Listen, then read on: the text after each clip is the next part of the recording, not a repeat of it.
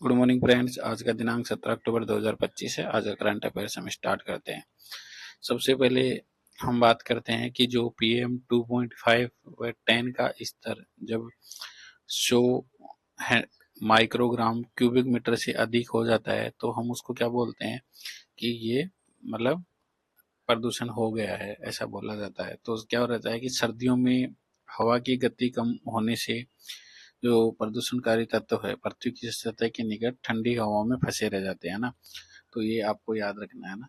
तो PM 2.5 और 10 का स्तर 100 माइक्रोग्राम क्यूबिक मीटर से अधिक हो जाता है तो फिर हम क्या बोलते हैं कि ये जो हवा है ना वो एयर पोल्यूटेड हो गई है। ये आपको याद रखना है। तो थोड़ा सी डेफिनेशन याद रखिए। PM 2.5 व 10 का अगर स्तर 100 माइक्रोग्राम क्यूबिक मीटर से अधिक हो जाता है तो एनसीआर में क्या होता है कि प्रदूषण की जो मेन कारण, एनसीआर का मतलब रहता है कि जो ये जो दिल्ली और दिल्ली का जो आसपास वाला एरिया है ना, नेशनल कैपिटल जो रीजन बोलते हैं इसको, तो इसके जो मेन कारण क्या रहता है कि जैसे दिल्ली में प्रदूषण फैल रहा है उसका क्या कारण है कि 40% तो पराली वगैरह जलाते हैं जो मतलब खेतों में, 30% वाहन है और 20% उद्योगों की वजह से होता है। तो गवर्नमेंट ने क्या किया कि वहाँ पे एक प्लान लगाया है, वो है ग्रेड रेस्पॉन्सिस एक्शन प्लान, जिसे वो हम ग्रेप बोलते हैं ना। और ये दिल्ली में लागू है। तो इससे क्या रहेगा कि इसमें क्या करते हैं कि जो एयर क्वालिटी है उसको सुधारने के लिए हम काम करते हैं। और इसमें जो एयर क्वालिटी जो इंडेक्स है उसके आधार पर इसके 4 चरण रहते हैं। आपको ये बहुत इंपॉर्टेंट है, ध्यान रखना है। ये RPSC में पूछा गया क्वेश्चन है कि एयर क्वालिटी इंडेक्स है ना। तो आपको ये ध्यान रखना है कि एयर क्वालिटी जैसे मान लीजिए 201 से 300 के बीच में, तो आप क्या बोलोगे क्यों खराब है। आप कहीं भी जा रहे हो ना, जैसे जयपुर में या बड़े शहरों में ये लगा रहता है, तो वहाँ पे AQI अगर 201 से 300 दिखा रहा है तो उसका मतलब खराब है एयर, जो एयर क्वालिटी है। तो क्या देखना है, धूल नियंत्रण, वाहन उत्सर्जन और निर्माण गतिविधि पर निगरानी रखी जाएगी आपको।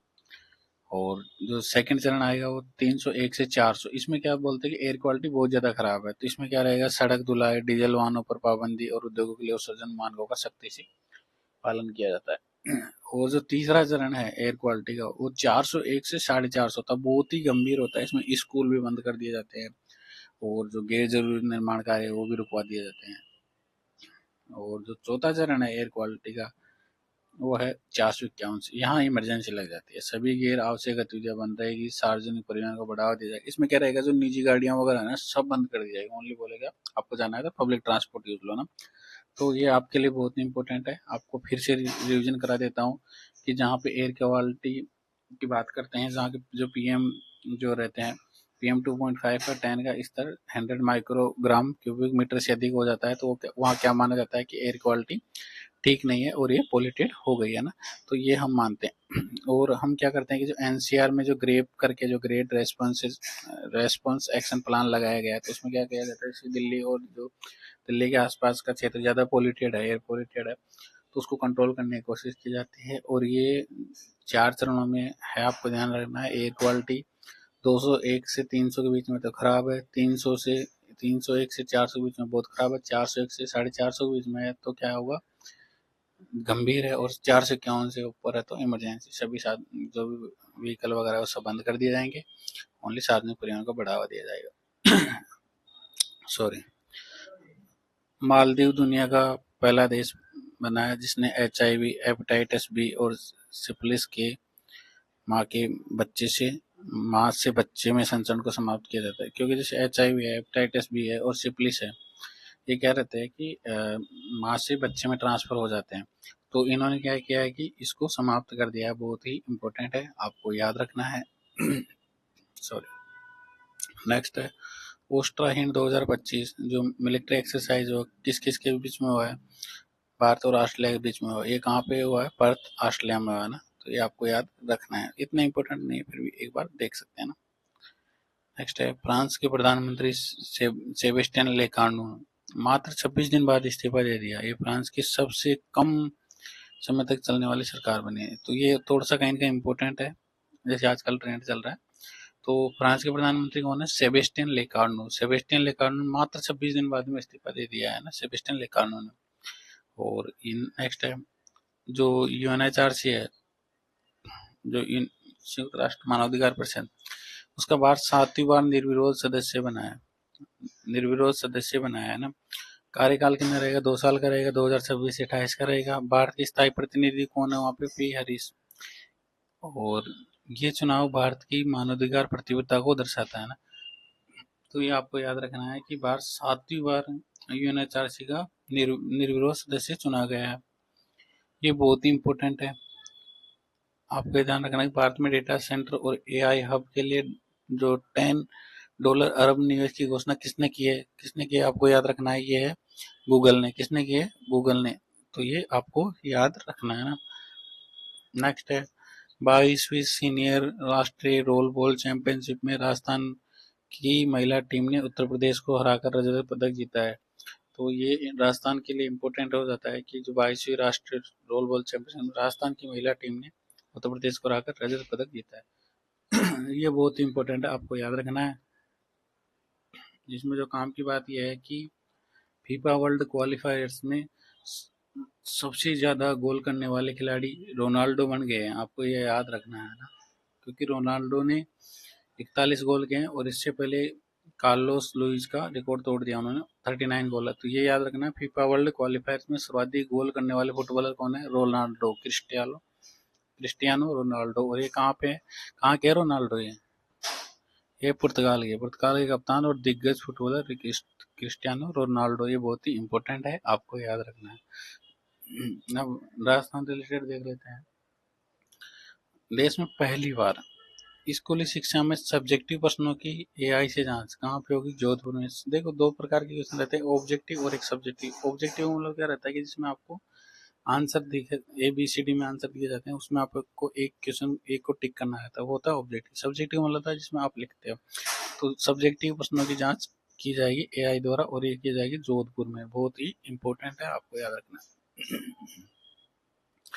दिल्ली की तर्ज पर कबाड़ से 7 वंडर्स पार्क कहाँ पे विकसित किया जा रहा है, अजमेर में विकसित किया जा रहा है। बहुत ही इंपॉर्टेंट है। और जयपुर का जो रामबाग पैलेस है भारत का सर्वश्रेष्ठ होटल घोषित हुआ है ना, ये आपको ध्यान रखना। यह है सरदार @ 150 यूनिटी मार्च अभियान। ये इम्पोर्टेंट है कहीं न कहीं, ये आपको याद रखना है। ये खेल एवं युवा कार्यक्रम मंत्रालय के निर्देशन में राजस्थान में चलाया जा रहा है, आपको याद रखना है। तो इसमें जो इम्पोर्टेंट बात यही है। अब इम्पोर्टेंट क्वेश्चन ले लेते हैं अपन। तो सबसे पहले स्टार्ट करते हैं। नोबेल पुरस्कार 2025 तो ये क्यों दिए जाते हैं, मानवता के हित में उत्कृष्ट योगदान देने वाले व्यक्तियों को सम्मानित करना इनका उद्देश्य है। प्रथम बार 1901 में दिए गए। और कौन सा देश देता है इसको, स्वीडन और नॉर्वे। अधिकांश पुरस्कार स्वीडन देता है, नॉर्वे कौन सा पुरस्कार देता है भाई, कल मैंने बताया था, याद कर लेना, बहुत ही इंपॉर्टेंट है, बहुत ही इंपॉर्टेंट है। नॉर्वे शांति का पुरस्कार देता है, और पुरस्कार राशि लगभग 11 मिलियन स्वीडिश क्रोना रहती है। और ये कौन सेलेक्ट करता है कि किसको नोबेल पुरस्कार दिया जाना चाहिए, वो है नॉर्वेजियन नोबेल जो कमेटी है, वो शांति पुरस्कार विजेताओं का चयन करती है ना। 5 मेंबर की कमेटी होती है और नॉर्वे की संसद द्वारा नियुक्त होती है, परंतु ये स्वतंत्र रूप से कार्य करती है। और 2025 में इस कमेटी के अध्यक्ष कौन है, जोरगन वाटने राइटनेस। नेक्स्ट है भारत का पहला सेमीकंडक्टर नवाचार संग्रहालय कहाँ पे बनाया गया है, बताइए कहाँ पे बनाया गया है। तो मैंने बताया था कि आपको याद रखना है, कहाँ पे बनाया गया है, वो है हैदराबाद में। कहाँ पे बनाया गया, हैदराबाद में। क्यों बनाया गया, क्या उद्देश्य इसके, चिप तकनीकी में नवाचार, निवेश व जागरूकता को बढ़ावा देने के लिए। ओके। नेक्स्ट है दुनिया का पहला अंडर वाटर इंटरव्यू कहाँ पे हुआ, बताइए कहाँ पे हुआ दुनिया का पहला अंडर वाटर इंटरव्यू। वो है पलाव में, पलाव देश है वहाँ पे। और राष्ट्रपति सुरांगेल बिप्स जूनियर। और कौन सी तकनीकी ली गई है इसमें, लाईफाई का क्या रहता है कि जो भी डेटा ट्रांसमिशन होता है वो लाइट के माध्यम से किया जाता है ना। और नेक्स्ट बताइए कि अभी हाल ही में काहिरा मिस्र में आयोजित para power lifting world championship में किसने कांस्य पदक जीता था, बताइए। वो है जोबी मैथ्यू ने। किसने, जोबी मैथ्यू ने, है ना। नेक्स्ट बताइए थार स्ट्राइक युद्धाभ्यास आयोजन किस किस के बीच में हुआ था, बताइए। तो ये भारतीय वायुसेना और थल सेना के स्पेशल पैराशूट फोर्सेज के बीच में हुआ है ये युद्धाभ्यास। और ये कहाँ पे हुआ है आपको याद रखना है, ये जैसलमेर में हुआ है, बहुत ही इम्पोर्टेंट है। राजस्थान में ऐसा कौन सा संप्रदाय है जो बेटी के जन्म पर थाली बजाते हैं? बताइए कौन सा संप्रदाय है? नाथ संप्रदाय। जो रंगमहल का नाथ संप्रदाय या कालबेलिया संप्रदाय बोल सकते हैं इसको, तो वो बेटी के जन्म पे थालियां बजाते हैं। क्यों बजाते हैं? क्योंकि बेटियों को दहेज नहीं मानते हैं, और मतलब दहेज वगैरह की प्रथा इनमें बिल्कुल भी नहीं है ना। और विवाह के समय दूध पिलाई की रस्म भी निभाई जाती है। तो ये कहीं ना कहीं बहुत ही ज़्यादा इम्पोर्टेंट है, आपको याद रखना है। तो इसमें जो इम्पोर्टेंट है वो देख लेते हैं हम, कौन कौन सी इम्पोर्टेंट है ना। तो पहला है कि सर्दियों में जो क्वालिटी के बारे में मैंने आपको बता ही दिया कि कैसे क्या होगा, है ना। तो PM 2.5 का 10 इस तरह अगर 100 माइक्रोग्राम क्यूबिक मीटर से अधिक हो जाता है तो वो एयर क्या हो जाती है, पोल्यूटेड हो जाती है। और ग्रेड रेस्पॉन्स एक्शन प्लान क्या है, वो दिल्ली में लागू किया जाता है। और चरण 4 रहते हैं। एयर क्वालिटी 2 से 1 से 300 है तो खराब, 301 से 400 है तो बहुत खराब, 401 से 450 है तो गंभीर, और 451 से तो इमरजेंसी है ना। और ये मैंने बता दिया, ये बहुत इंपॉर्टेंट है। मालदीव दुनिया का पहला ऐसा देश बना है जिसने HIV, हेपेटाइटिस बी और सिफिलिस की माँ से बच्चे में जो ट्रांसफर होता था उसको समाप्त कर दिया है। और आस्ट्रा हिंद अभ्यास है जो भारत और ऑस्ट्रेलिया के बीच में, भारत ऑस्ट्रेलिया में हो रहा है ना। और सबसे कम समय की सरकार फ्रांस में चल रही है, उसके प्रधानमंत्री कौन थे जिन्होंने इस्तीफा दे दिया? सेबेस्टियन लेकार्नो। और UNHRC का भारत कौन सी बार सदस्य बना है? 7 बार। कार्यकाल 2026 से 28। और स्थायी प्रतिनिधि कौन है? P हरीश, है ना। और कौन है जिसने भारत में डेटा सेंटर और AI के लिए $10 अरब निवेश की घोषणा की है? वो है गूगल। कौन है? गूगल। और ये मैंने बता ही दिया। फीफा वर्ल्ड क्वालिफायर्स में सबसे ज्यादा गोल करने वाले कौन है? वो है रोनाल्डो। कहाँ के? पुर्तगाल के, है ना। और कार्लोस लुइस कहाँ के? ग्वाटेमाला के, है ना। ये आपको ध्यान रखना है। और पहली बार स्कूल शिक्षा में सब्जेक्टिव प्रश्नों की AI से जांच होगी, कहाँ पे होगी? जोधपुर में होगी, ये इम्पोर्टेंट है। और दिल्ली की तर्ज पर कबाड़ से 7 वंडर्स पार्क कहाँ पे विकसित किए जाएंगे? अजमेर में किए जाएंगे, है ना। रामबाग पैलेस भारत का सर्वश्रेष्ठ होटल घोषित हुआ है। सरदार @150 यूनिटी मार्च अभियान के लिए युवा कार्य मंत्रालय के निर्देशन में राजस्थान में चलाया जा रहा है। तो ये कहीं ना कहीं इंपॉर्टेंट है, जो इंपॉर्टेंट है वो हमने देख लिया है। थैंक यू सो मच दोस्तों, नेक्स्ट वीडियो में मिलते हैं। Thank you, thank you.